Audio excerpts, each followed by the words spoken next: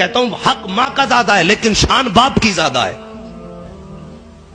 پورے قرآن میں بھی کہیں بھی رب نے ماں کی قسم یاد نہیں فرمائی، لیکن قرآن میں باپ کی قسم یاد فرمائی اور فرمایا ووالد وما ولد. سبحان اللہ سبحان اللہ. یہ باپ کی شان ہے.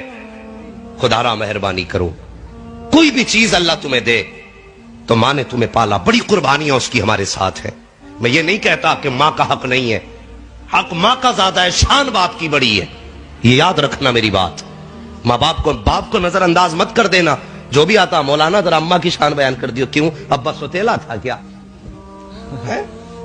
یار ذرا سوچو تو صحیح.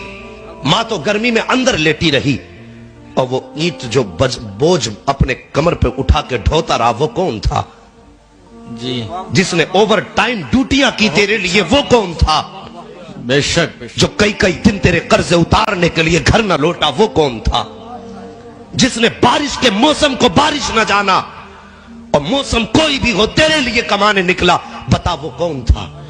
خدا کی قسم جواب یہی آئے گا. جو بارش میں بھی جاتا رہا وہ باپ تھا، جو بوجھ اٹھاتا رہا وہ باپ تھا، جو کئی دن گھر سے باہر رہا وہ باپ تھا، جو لوگوں کی گالیاں کھاتا رہا وہ باپ تھا، جو چلتے سورج کو سہتا رہا وہ باپ تھا، جو گرم دھوپ کے گرم لتھڑوں کو سہتا رہا وہ باپ تھا. ہر تانے کو سہا جس نے وہ باپ تھا، ہر رسوائی کو سہا جس نے وہ باپ تھا، ہر درد کو سہا جس نے وہ باپ تھا. خون پسینہ ایک کر کے تیرے حلق سے لقمے بنا کے اتارا جس نے وہ باپ تھا. اور جس نے اپنی جوانی گٹی میں ملا کے تجھے پلائی ہے وہ باپ تھا.